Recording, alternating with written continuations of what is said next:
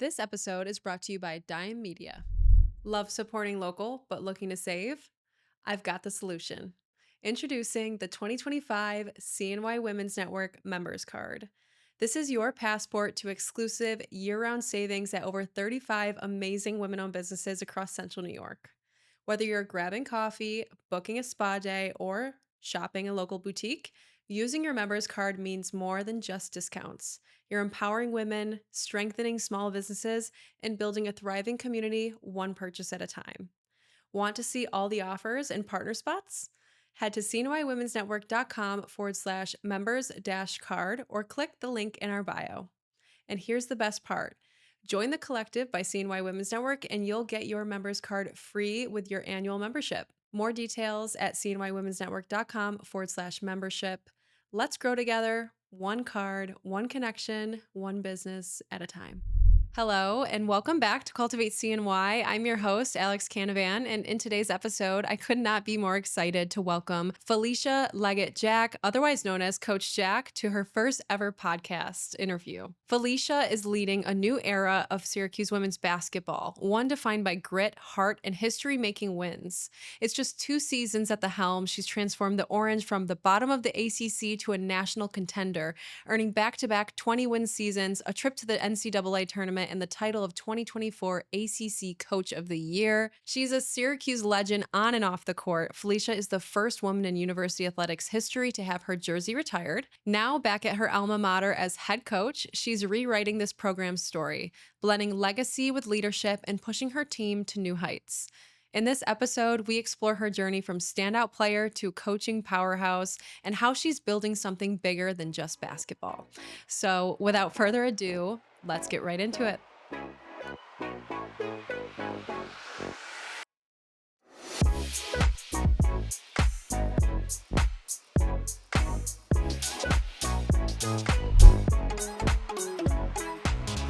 Coach Jack, welcome to Cultivate CNY. Oh, thank you so much for having me. This is an honor and a privilege. Oh my gosh, this is an honor to sit down with you. I'm so excited for today's conversation. You know, you grew up right here in Syracuse and you've done so much in your career. But what about your roots here do you think you've taken into the rest of your successes? Blue collar, one thing that we knew being in this community growing up is that no one's going to give you anything. You got to earn it. You're going to feel like you earned something. You're not going to get it. But you got to get up tomorrow and do it again and do it better and do it more and bring somebody with you. And we've never tried to reach for handouts. We just knew that we had to do the work. And if all we get something on top of that, it was always a blessing. So I think that that's one thing that we've gained growing in this area and what we're rooted in is our blue collar mindset and our ability to do more and not want more. Yeah, you know what? I totally agree with you. The thing about the leaders that come out of this city is that all of them very clearly understand the value of hard work. Mm-hmm. And the thing about Syracuse is, or just cities like Syracuse, because I know you spent some time in Buffalo as well, Yeah. larger city, but same kind of vibes, is it's big enough where there's opportunity and you can get stuff done, but it's Yeah. also small enough to the point where like you can't hide. Mm-hmm. So if you are a fraud or a poser, Yeah. or if you're gonna say you're gonna do something but don't really do it, like you can't, there's nothing to hide behind here. No, and that's really what's so great about being in a small venue. And some people run away from that and go to those big cities, and so they can kind of hide around and just kind of sneak and do something and hide again. Here, you're exposed, and I like that, and I like you do what you say and say what you mean mindset. And I think this is the community because it's going to come back around. You're going to be in the same venue eventually. And say, I'm like, hey, remember you said 2 weeks ago, and or a year ago, and it's neat. It's neat, and it's fun, and it's real, and it's pure, and it's us. It's Syracuse. Yeah, there's so much integrity in that Mhm. as well. It's not just, you know, do what you say you're going to do, work hard. It's be a good person. Mhm. And that's definitely what I've learned is, Yeah. you know, I've never had any intentions of not being a good person, Mhm. but doing the right thing, you know, standing for the right things, having integrity is, I think, even more important when Mhm. you're building a business in a city like Syracuse. Yeah. Because, like I've visited friends in their cities. I've gone to Nashville and Mhm. Miami and stuff like that. And I've met people there while I've been visiting. And I've just got a sense that people are less honest and authentic in cities like that. I guess not all of them, but Mhm. you find a lot more people that are all talk in big Yeah. cities like that, I've found. Well, we get that here too. Let's not exclude us from that. I've been through an awful lot in my career here, where ah, Coach Jack, we're gonna do this, and Coach Jack, we're gonna. I'm the one, and then I'm like, it's been 7 years as an assistant. It's been when I was a player. It's been this is my third year coming up, and I'm still kind of waiting on certain things to take place. If indeed I was waiting, but one thing about us, we're going to continue to put our head down and what they say in the Bible, tend to the sheep and keep working. And the expectation is from me, and it's not from them. And whoever they are or them are. And when they do join the team and then do say what they mean and walk that walk, it's not going to be like an expectation. It's gonna or a surprise. It's gonna be okay. It's gonna be organic, and I see that more and more here. People here are like that, but you can't um, set yourself up to believe that because you're in a certain city or venue that everybody's gonna do the right thing because it's the right thing to do. And it's like who you and I are for sure. It's like what we gonna stand for. If I tell you I'm gonna be here at 9 o'clock, I'm gonna run the red light. I'm gonna be here at 9 o'clock, but that's what we do. And I think that if we continue to be the eagle and show what it looks like to be a woman of your word, if you will. I think that next eagle shows up, and the next person wants to be like you and like you and like you, and it being such a small city like Syracuse, a lot more people are engaged to do the right thing and be, and I'm just going to continue to say this, a woman of your word. Absolutely. It's a hard thing to do what you say you're going to do, especially Mm. when you have big dreams and Yeah, ambitions, right? yeah. But I think the single-handedly most important thing is our word. Mm-hmm. In business, in leadership, in life, and I've just realized this more and more as I've matured and have been around really admirable people. Mm-hmm. I I think the most common denominator with all the people that I admire is that a, they are people of their word and they have Yeah. integrity. So as long as you can always make that a main priority, I think everything else will just naturally fall into place. I totally agree. It's just, I deal with people from all over the world, and some people don't have didn't have that kind of foundation, and they come into our space and on my team or around me and work for me, and I'm just so grateful that I had this lady named Felisha Legette in my life. That's my mom, who worked 2 jobs and was at every single one of our games. I don't know how she did it. I think she was like a ventriloquist or something, but it was like more than her. And I just I saw what that looked like from my grassroots, and it's what I bring to my space, and that's what I bring to my players or my coaches, and that's what I demand and command. If you're going to be in my space, you're going to have integrity. You can do wrong, raise your hand, but if you say you're going to do something, you got to do it. And if you don't do it, own that part of it and don't make excuses of, well, she said and the light was green and it wasn't red and all these other reasons behind not doing what you said you're going to do. Just raise your hand, because that's a forgivable moment. It becomes unforgivable when you try to make excuses. And so I think that we just got to continue to stand on a strong foundation of where we've come from, and that way we can actually grow another ego or two, or make this a city of egos. Yeah, absolutely. Mm. And, I think that's why sports are so special, especially for Mm. children. Not every child is lucky enough to grow up with a mother like yours Mhm. or with, the support system that is necessary to raise an honest and good person, right? But when when children are able to engage in sports, that gives them kind of a second opportunity to develop that character and Mm. learn from people that are able to instill those values into them. Absolutely. I was that kid that walked with her head down until the 10th grade. I was the shyest person you ever want to meet. And sport brought that out of me. Sport got me in the gym and allowed me to be free and from it all. And the next thing I know, instead of looking down, I was looking up. And instead of letting somebody else speak for me, I was articulating what my thoughts were. And I didn't even know how that kind of organic moment took place. I just knew my head came from down to up, and the basketball was in my hand, and a volleyball was in my hand, or a track was there, and I ran, and so yeah, sport really didn't just grow me as an athlete to become whatever, but it grew my person to where it brought me confidence. It gave me confidence. It gave me the ability to look people in the eye. So I say to anyone that have a child that seems shy or reserved, or put a ball in her hand or his hand, and watch him become not just an athlete.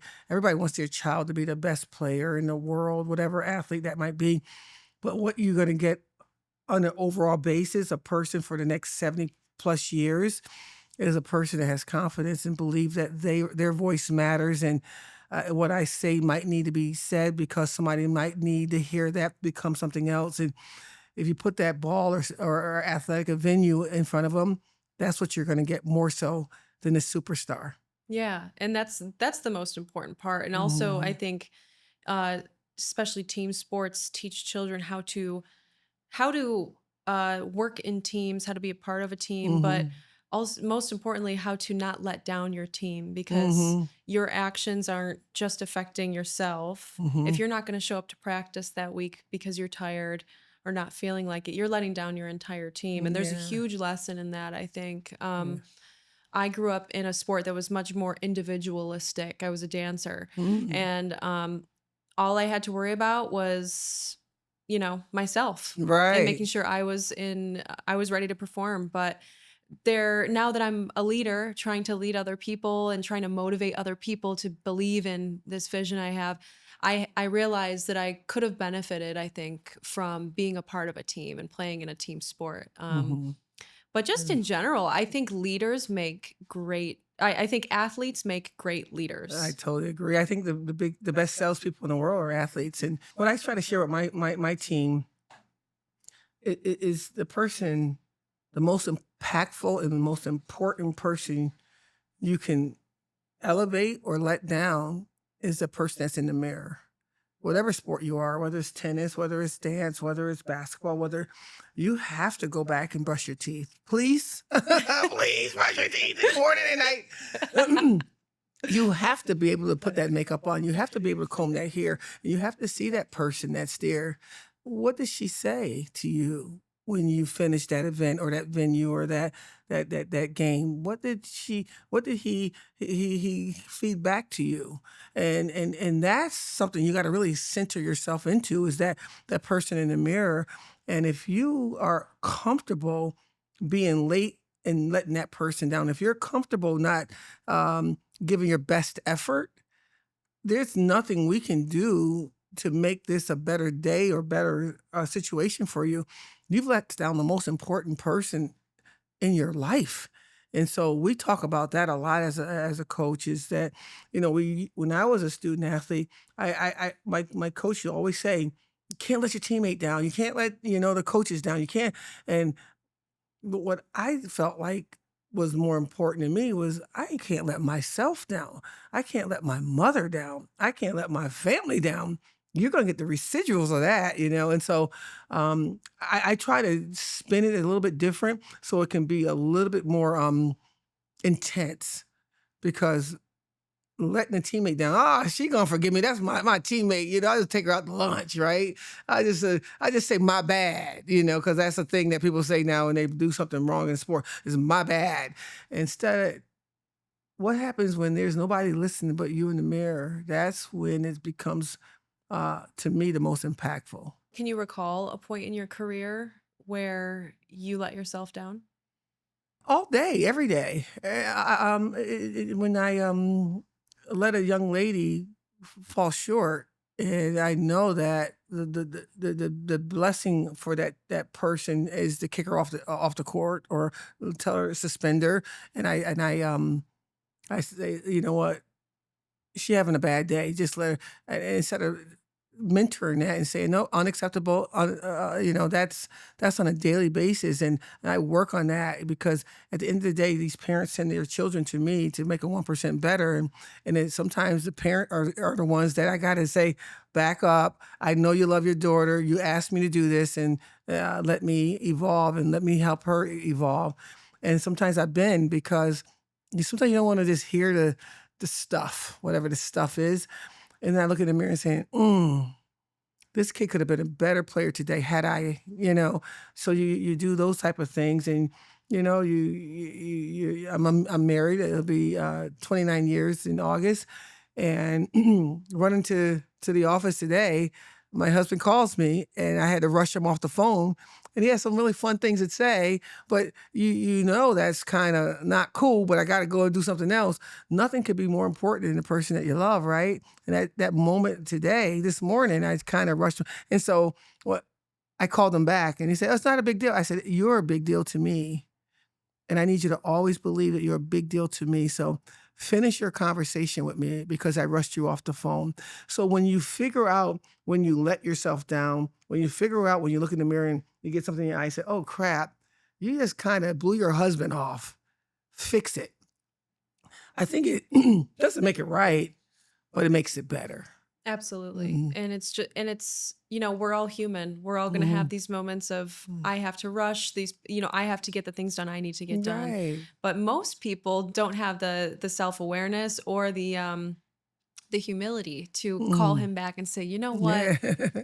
I'm sorry. That was bad of me. Please finish Yeah. the conversations." There's always room for redemption, right? Yes. And It has to be. I fully believe in that. Be honest, take accountability, don't make excuses, Mhm. but there's still room for mistakes. Absolutely. This is the only perfect person is Jesus Christ, and he died on the cross for our sins. And uh, I think that we have to give ourselves grace and room to make mistakes. But what we also have to do is give ourselves the mandated responsibility to try and fix it. Yeah, absolutely. We owe it to ourselves, right? Yeah. Yeah. You've led programs through turnarounds and transitions. What's your secret to building a winning culture from the ground up? That's all I know. I love it. I mean, I've never gotten a job where it was already at its peak, and they say, "Oh, she just left to take a better job," or he took a better job, and we want you to just kind of come in and now continue to grow it. From West Hill High School, I got the job because the team just won a state championship, and the coach left. The 5 seniors graduated, and nobody else really wanted the job. And one of the players that's going to be a senior heard me speak and said, "Would you want to be our coach?" And then I said, "Wow, I'm just getting out of college, but I'll interview." And the interview was easy. Why? Because nobody else wanted the job. So I get the job at Boston College because she needed to hire an African American person, and the only person she kind of knew, was when I played against her. I was at Syracuse, and she liked my personality, and she asked me to come and interview for her job at Boston College, and she had her first 2 African American players that was trying to get a scholarship, and she said, "If you get those young ladies to commit, you'll get the job." And so I did that, and so Syracuse, same thing. No, it wasn't a very good job as an assistant. I got the assistant coaching job here, so I've never been in a position where I didn't have to grow it or make it better. And I just think that was a God wink, because maybe he set me up for the big job of my life, which is right now, because I was just Buffalo was another job that nobody really kind of wanted. And Danny White saw me and said, "You know what? You came off a terrible job over at Indiana, where we lost and got fired. And I think there's something valuable about you." And I took that job, and we made it great. But Syracuse has a lot of issues, and and no one believed that it can be turned around. And we did it. How do we do it? We remember from when we were kids and when we had to put our head down and tend to the sheep, and with no expectations from anybody but ourselves to give it our best effort and grow at 1% every day. And I think that that's how you create culture. I think that's how you create your standards, and you don't waver from what it takes, and it takes what it takes, right? I stayed in my office for 4 or 5 days out of the week because I had a little apartment that they gave me, like a little room basically. I had to rent before my family got here, so for 3 months I was by myself. Even though they lived in Buffalo, they came down whenever they could. So I stayed in the office and I worked through the night. And you do what you have to do, and you don't fail the mirror. Did I leave it out there? And so when I got to Syracuse, it was 4 players, and my coaches couldn't come because HR said they got to go through the process, and it took them a month to get them in the process. There was no secretary. It was me. And we didn't really look at the bad piece of it. We're representing Syracuse University, my alma mater. I played here, and I brought that kind of energy and enthusiasm of purpose, and we went in, and it's still not where it needs to be, but it's way better than it was. Yeah. I Mhm. mean, you've gotten a lot done in the Yeah. last couple of years. And I mean, it's, of course, you've got some great players too, Yeah, but I had some. it's a large part of it is good coaching. Mhm. So, how do you motivate? Like, what is your strategy for motivating people? Because I really like that you used this word earlier, intensity. Mhm. I really like that. I like Yeah, that you lean into that and you yeah, own that, because I feel like a lot of that is like the one word that typically women leaders don't want to yeah, own. They're afraid to appear as intense or aggressive. yeah. But there's so much power in that, and there's so much purpose in Mhm. intensity, especially in your line of work. Yeah. So, how do you motivate your players to tend to the sheep, no expectations, and really go for it? That's what it is. It is an intensity of purpose, and when I was in my earlier years, I always apologize for being too much. My voice is deep. And if I call you, you're gonna say, "Excuse me, sir." I sound masculine, and I just always try to change my voice to make it sound better for the receiver. I try to lower my stature because I didn't, referees, come to me and they seem so panicked by my side, and I would kneel down and I would not be, throw my fist in the air because I don't want you to see me as this too aggressive of a woman. And when I got fired, it all changed. And I said, you know what? If I'm gonna lose opportunities, I'm gonna be my authentic self. And that's when my better days became greater. And it's an intensity of purpose. And I don't apologize for that anymore.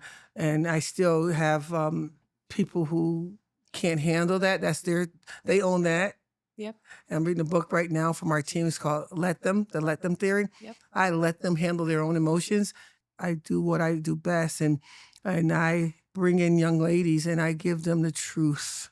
And that's what people don't lead with anymore. They don't lead with the truth. They want the job and they want to keep the job. And so they hide behind, okay, how do I make you feel good about yourself? Okay, I'm gonna give you only that. And then they leave you and they look back and say, wow, I'm disappointed in Coach Jack. Not because we didn't win, but she never told me the truth. I won't be able to look in the mirror and talk to myself if that happens. So the best players like a Stephanie Reed from Australia, Sierra Dillard from Rochester, and Deasia Fair, Rochester. My 3 best players, I think, are argumentatively I've coached. They really love the locker room. They love the conversation. They cried a lot. They got sick a lot because I'll say again, meaning touch the line. You missed the line. Touch it again. Do it again. And they could have easily quit, but they loved, and yearned for the truth and the intensity of the purpose. This is not about me. This is about your story, your dream, your desire to become something different today.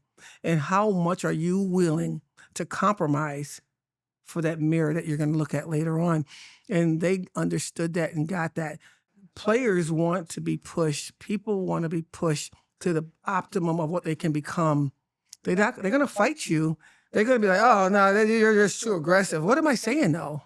What am I saying to you? Am I calling you a name? Am I calling you outside your name?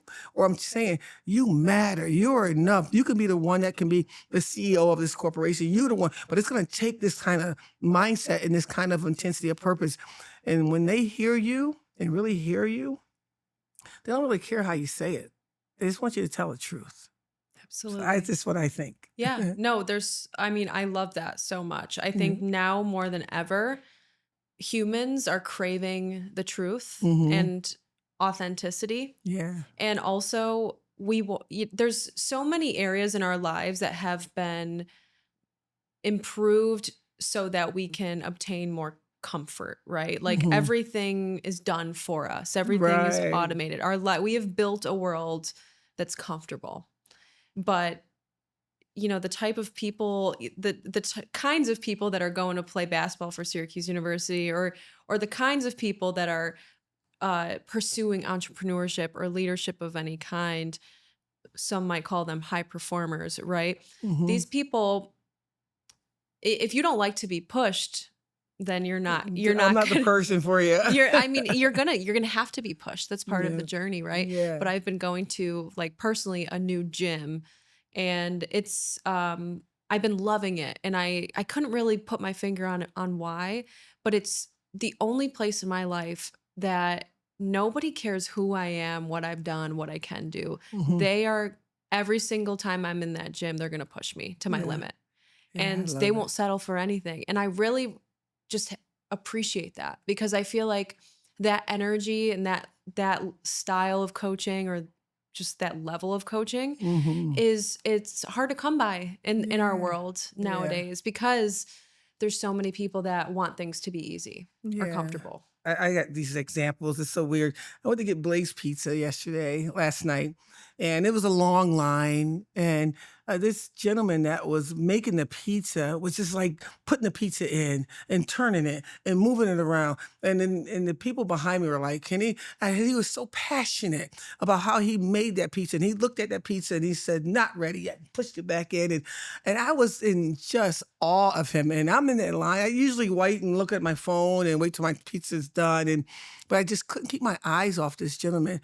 And I just saw the energy and enthusiasm of purpose. I'm like, this mirror this man's going to look at the end of the night is going to just smile and show all 32 of his teeth, because he has left it out there. And I gave him a big tip. And I said, I tip these people in the little can, but I want to make certain you get this from me, because you are an inspiration to people like me. You make me believe that if you give an energy to anything you do, you can capture the audience. I am your audience. I'm the head coach at Syracuse University. He's like, oh my goodness. I said, no, it's not about me, but you made me watch you. And that's what I share with my players and anybody around me. What energy you bring into the room? Are you a taker or you are a giver? And that gentleman just was so amazed by his own craft that he didn't even realize others were in the room. It was going to be a perfect pizza every single time. And I hope that our world is so, like you said, everything, like, you can't even get a Dunkin' Donuts. You got to press a button. Like, where's the person at? Can I just tell her what I want? Nobody's speaking to anybody anymore. And that gentleman, I took that time to do that with him. And my hope is that we can get back into, let's talk to each other. Let's say, how was your day? Let's see some homeless guy on the corner and say, how do we get here? How do we get you better? And not be afraid of that moment of bringing energy into a space or into a room. And I think that's one thing my players can really say. There's never a time where I'm going to walk into the gym, whether my son's going through something, my husband's going through, when I'm into your space and I'm supposed to help you become better and for that moment, I have to be responsible for the energy I bring into the room. And so I decide every time to bring intensity of purpose with my energy. And whatever happens, it can implode or it can elevate. It's up to the person that receives it. Yeah. Yeah. Well, you've got great energy. and I'm curious, where do you source your energy from? What gives you energy? Where in your life do you find that? I come from a family of, my mom was from a family of 15, and she was older. oldest child, and she just never stopped. She brought her from South Carolina to Syracuse with my dad, and the dad left when I was 8, and she's like, "There's no excuse. We're still gonna make it. We still got to go to college. We're still gonna." And she get up at 6 in the morning. I mean, 4 in the morning. Take us to the babysitter. Get to work at VA hospital by 6 a.m. 2:30, come pick us up, and then we went to school, and it was easier for her because now we had the school setting to take care of us. And when I watched this lady, and I just was in, a lot of people have these people they admire. I admire Felisha Legette because she just never saw the cup half empty. She tithed all through her life, and she retired making $36,000, and she still gave her money to the church. And I'm like, Mom, what if they taking that money and you were doing something else with that money that you tithing with? And she said, when you give from a pure heart, it doesn't matter what they do with it because you came from a perfect place. And so, those are the stories, and that's what the example I had all my life, and that's why when I was a top 40 athlete, I could have went anywhere in the country. I couldn't leave her, not because she needed to see me play.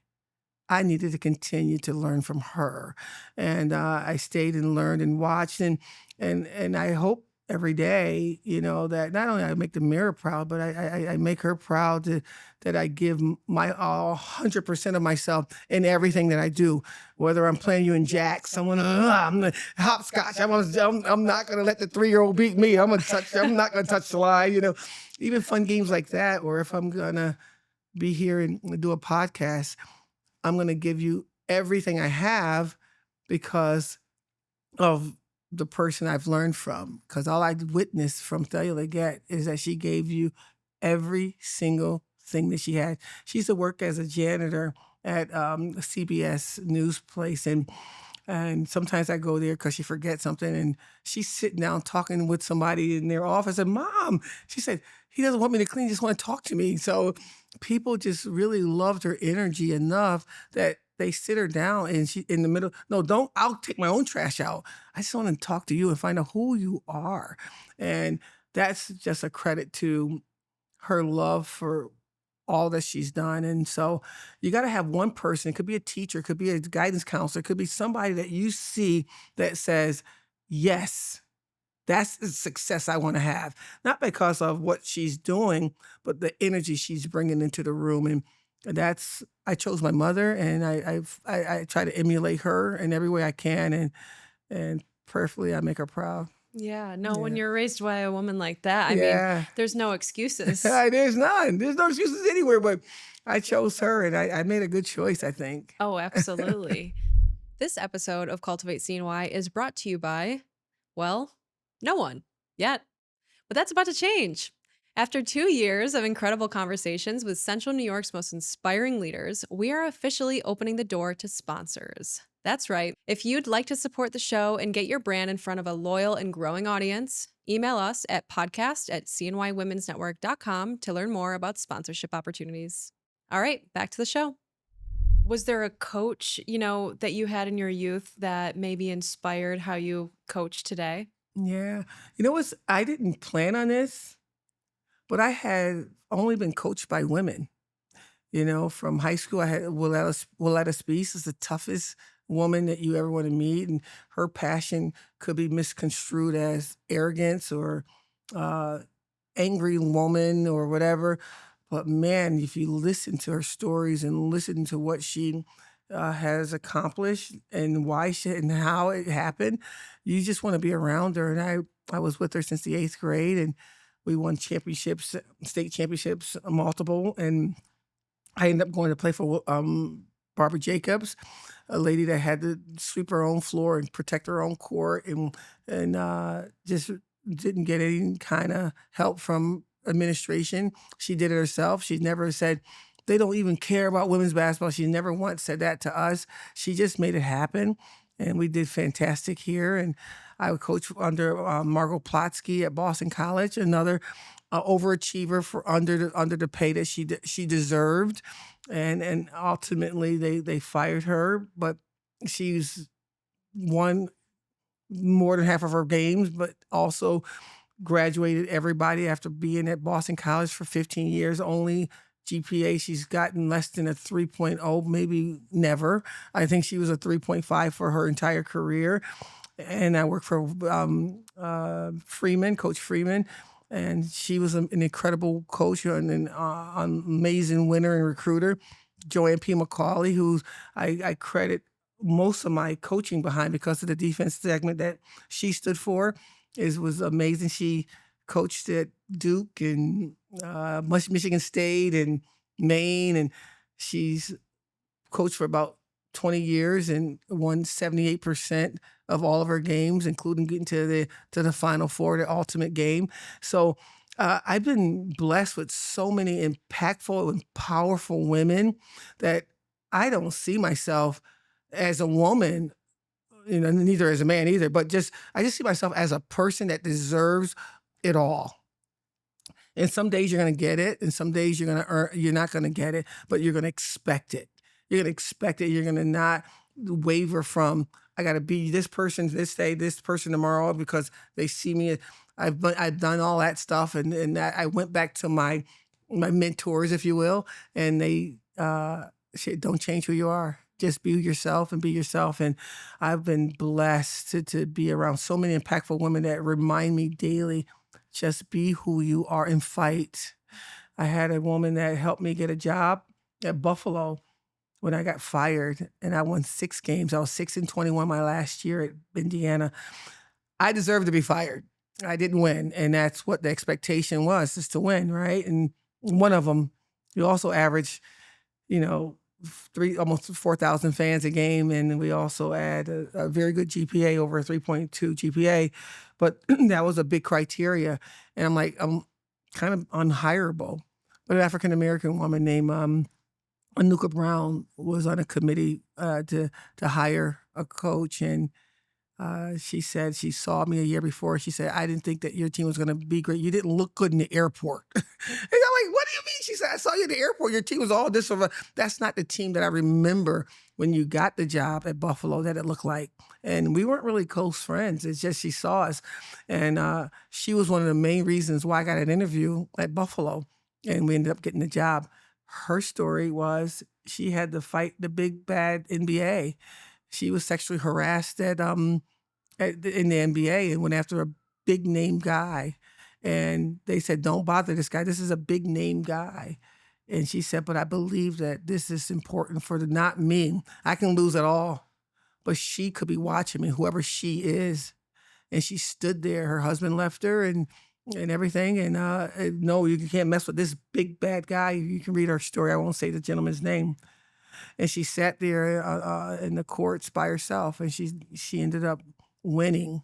And I think that she won over $11 million because she stood for something that maybe is going to cost her her reputation, her opportunity, but she always did it for the person that might be looking and trying to have a little bit of a fight for themselves. So long story short, a long story long, I should say, we have some empowering,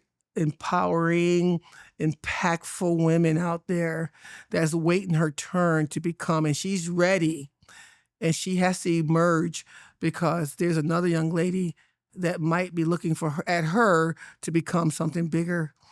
I choose me, and I choose me to be ready on a daily basis to give my intensity of purpose, my energy, and my drive to fight for what I think I deserve, what my team deserves, what women deserve.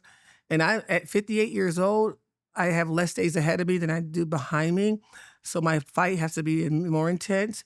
And I might not be there with you when you get there, but as long as you see my fight and you become, my story still matters.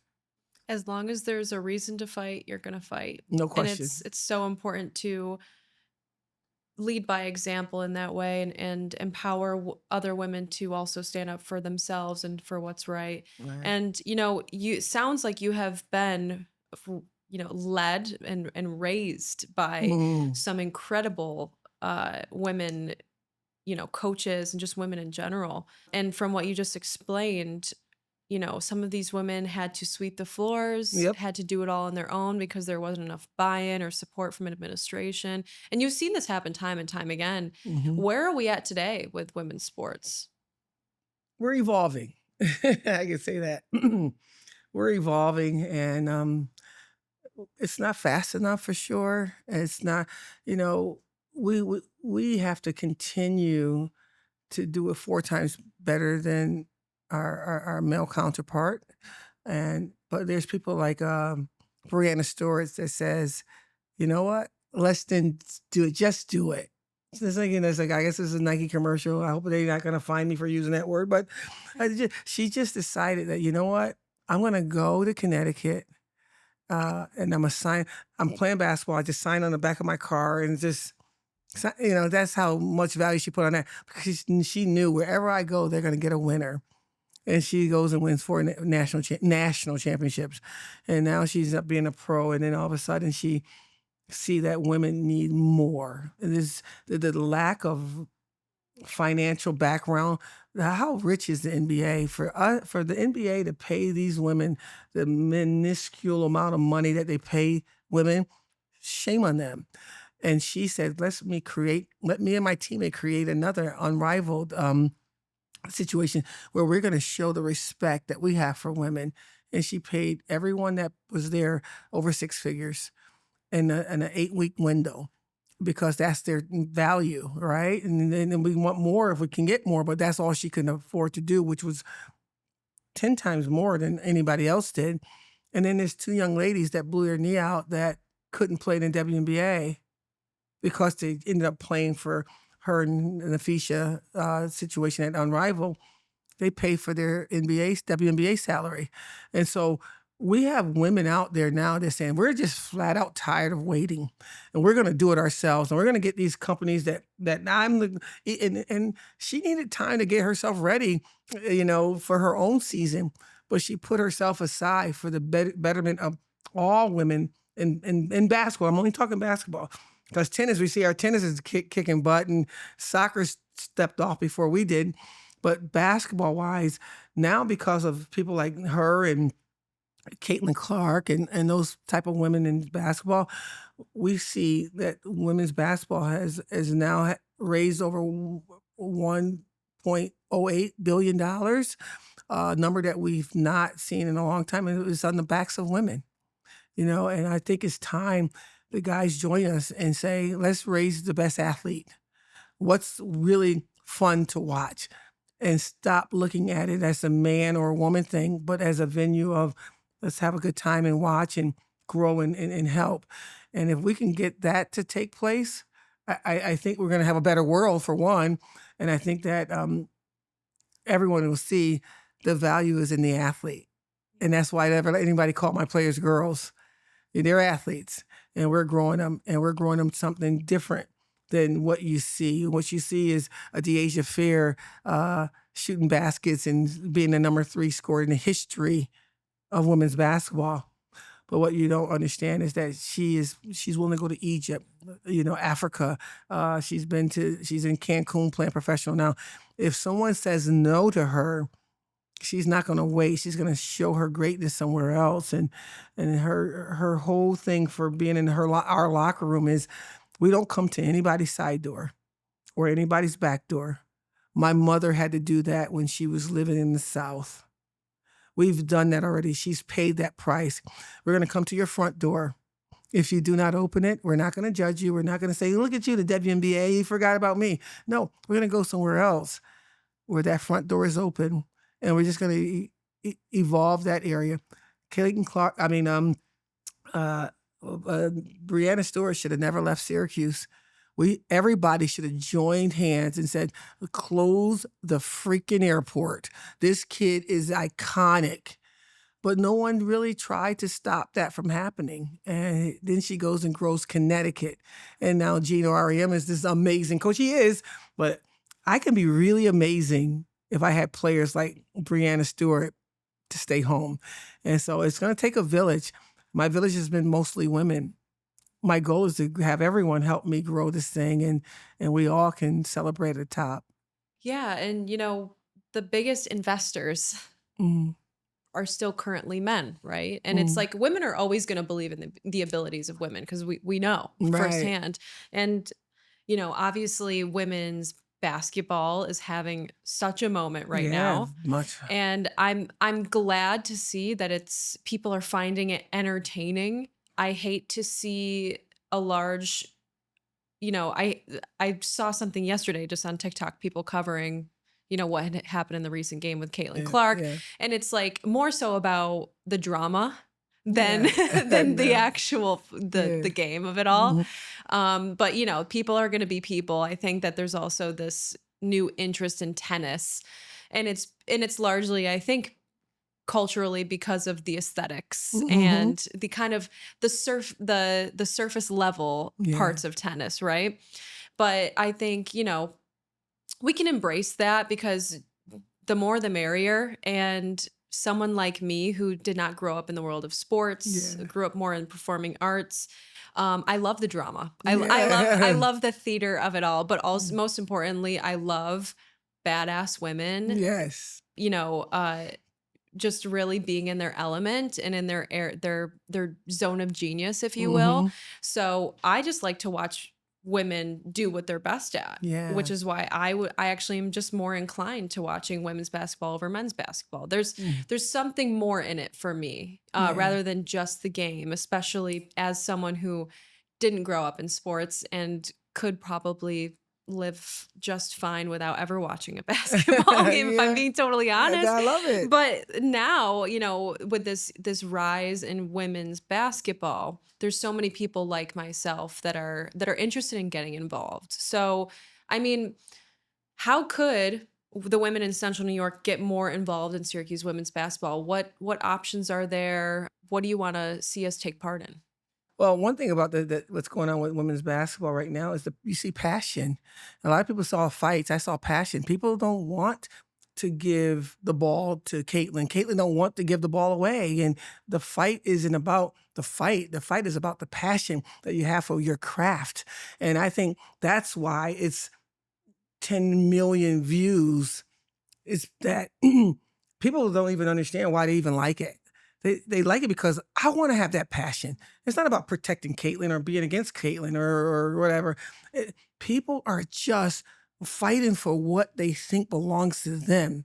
And it's the ball for us, but it's the dream for them. It's the story they need to tell for the news guy. It's to be able to run a marathon for the runner. And I see what they see, but I articulate it differently. And I think that what we are at grassroots, like I love men's basketball, don't get me wrong. My brothers played it. The NBA games right now are, oh my goodness, these guys are really battling for what they think belongs to them. But what we're showing you is under the rim is these dreams that these young ladies have are so insatiable to them that they are going to fight to own it. And it takes that. And they're saying now the officials got to get better. Yeah, well, officials are giving their best effort. But what they haven't seen in a long time is women saying, enough. You are not taking the ball because you think you deserve it more than me. I am fighting to keep it. It's the story behind it. And I think that if we can really realize the impact of what's really happening, we can tell a different narrative to what we see. And I can we stop that fighting and tell our story differently? Is this all new? This is all new to us. We've been under the rock for years. We've been in the WNBA has been existing for over 20 years, and you're just noticing us. We've been fighting forever, but it's on television now, and you get to see it a lot more. And so I say, fight on. I said, tell your story the way you need to tell it. Keep what you're supposed to have, and don't relinquish it. And I think that what I want people to do for women's basketball here is to understand that the way Fran, our football coach, fights to get what he wants, this coach here is going to fight for what she wants. Same way with Adrian Autry, and same way with our new women's lacrosse coach and Gary Gates. And they fight, but it's different when I fight because why? It doesn't supposed to mean the same way that it means to them because you like that sport better than me. No, I give you no permission to dumb me down anymore. And so if you want to get involved with women's basketball, understand there's going to be times when the referee might throw me out of the game. But I'm not going to let anybody put hands on my kids without me stepping in the middle of the fight first. No, my fist is going to be in the air. I'm not going to sit down on my knee anymore so that because you're a small official to make you feel better about your life, you own your stuff, I'm going to own my stuff. And there's going to be times I'm going to overdo it. And the chancellor's going to get involved and say, hey, you overdid it. And I'll have to apologize. But I won't apologize for caring about what I stand for here. This is a great community. This is a great university, great sport. But the passion that I have for these young people to become bigger and better than themselves and for their mirror to be looked at every night when they're brushing their teeth, it means everything to me. And I'm going to give it my all. So if that's too much for you, don't come. Don't come. We're okay with our 4,500 people. But if you do come, roll your sleeves up and join the fight. Yeah, absolutely. Yeah. I mean, it's so inspiring just to witness people care, right? Mhm. And like I had said, maybe people are obsessed with that moment, that just happened with Caitlin Clark and the other player. I'm blanking on her name, Yeah. but it was passion. You're right. It was two women that cared about the game and their dreams Mhm. that were doing whatever it took to get it. There you go. And that alone is just entertaining to watch. Yes. So if you are a woman in Central New York that wants to get more involved in Syracuse women's basketball, yeah. please join me at the games this season. I'm excited. I'm going to come through with all of the fun courtside outfits. Yeah, let's go. Just make the most of it, right? Yes, that's what and especially your dance. Now, don't come to the game with like a sweatsuit like I'm wearing. You better bring your A game because we got to put you out there. I know you got style. You know what? Here's the thing. I love any chance to get dressed up. Let's go. If I'm going to show up, I'm showing up and showing out. Let's go. So yes, yeah, join me at the games this season. I cannot wait. I'm excited to explore the sport of basketball through women's basketball. Do you know what I mean? Yeah. Like I'm not proud to admit, I couldn't sit here and talk basketball with you right now. I couldn't. No, That's why me either. I was so nervous today. I'm like, I hope we don't have to talk basketball because I will just smile and nod the whole time. Oh, that's. But it's like I'm excited to watch a good game, but also I'm excited to just learn more about your players, figure out who they are as people. Yeah. These women are so dynamic. We've talked about them before. And there's so much more to these women and these athletes than just their life on the team. They have so many other passions and interests and characteristics that make them interesting. So who should we be following on social media? What players are active on social that will be fun for us to follow along with? Well, because of your background in dance and fashion, you see our young lady that's coming from Nigeria via Japan. She's into fashion and style, and she can't wait to get to New York City to go shop. And you got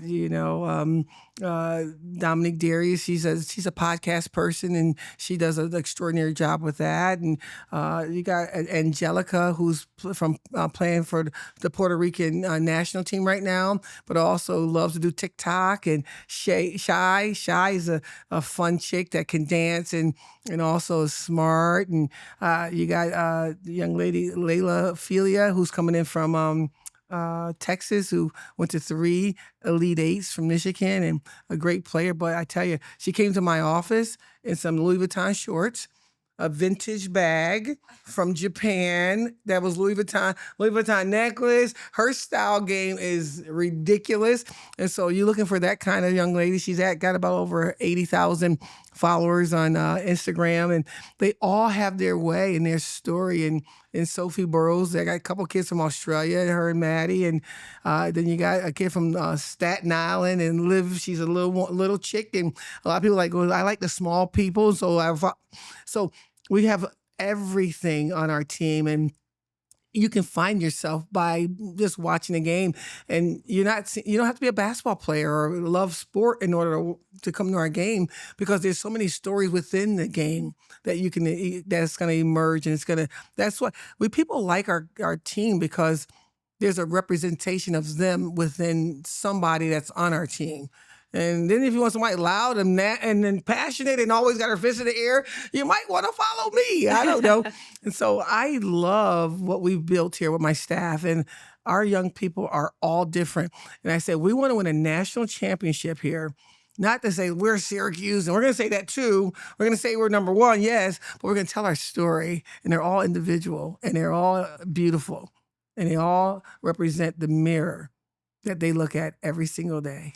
Yeah, and that's really what sells people is that human connection to the people on the court. I think Yeah. that gives people another incentive to come and watch the game because they can see themselves in people that are inspiring them, right? So I think that's what creates that community there. And I'm Yeah. so excited to get the CNY Women's Network more involved and our members more invested in what you guys are doing. Thank Like I you. said, I'm going to be attending all the games, Let's but I go. really hope to get maybe our members, we can do like get a box and do an event there. That'll be fun. That would be a really good time. But definitely want to meet the players sometime soon too. Yeah. I'm loving one of my favorite things about like what the NBA does really well in the WNBA is the pre-game fit checks. Oh, we're gonna do that. We're gonna do that. They gonna have some outfits, I tell I'm you. like, wait, should I be like the paparazzi and they can just do the walkthrough and I get all the notes on their outfits? Like that would be so fun. We do that actually before every game too. So we have a crew that actually takes the pictures and our kids. One of our players asked if she can do that and stretch. I'll never forget. She said, "Can we kind of come and show our outfits?" I'm like, "Whatever." I love All that. I care about is 45 minutes. Focus on basketball. Before the game, after the game, you be you, girl. Yeah, it's like a whole event. You know what I Yeah. mean? It's so entertaining. What legacy do you hope to leave, not just at Syracuse, but just in women's sports as a whole? The legacy I would like people to remember me as is somebody that really cared about the growth of women, growth of our community, growth of our university, and didn't compromise her integrity for that growth, didn't change her authenticity for that growth.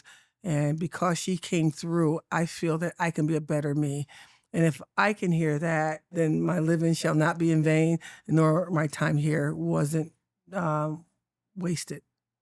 I love that. Your priorities are A1. Thank you so much. You're so inspiring, Coach Jack. Appreciate you. Before we end the episode, let's do some rapid fire questions. Okay. And we've already kind of touched on this, but what's one principle or mindset that's carried you through every chapter of your life? Character.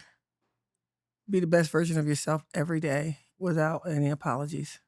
What does success mean to you now versus what it meant when you first started coaching? Success for me is leaving it out there 100% and not ever really caring about the score. Everything was about the score when I was younger. Win, lose, win, lose. You can win by being less points than the opponent if you left it out there. We want to win and learn. I love that. If you could write a letter to your 18-year-old self, what would it say? It would say, lift your head up, look people in the eye, and demand that they see you for who you are and not hold them higher than yourself. I love it. Oh my gosh, this was such a great conversation, Okay. Coach Jack. Thank you so much for joining me. Appreciate you. Thank you for all you do, and let's cultivate and elevate. Yeah, let's elevate. Together. Elevate. Yeah. Right. I'll see you on the court. Let's go. Whether this is your first time tuning in or you've been listening since the beginning, I do not take it for granted. When I started this podcast, I honestly didn't know where it would go. I just knew that I wanted to have real conversations with people doing meaningful work right here in Central New York. 2 years in, this still feels like a dream, but I also know that we are just getting started. If you enjoy what we do here, please join the 32% of people who tune into the show regularly and follow us on this app. And here's my promise to you. I'll keep showing up with my whole heart. I'll keep inviting guests who inspire me and asking the questions that I know matter most to people like us. People building something right here in CNY. So thank you for being a part of this.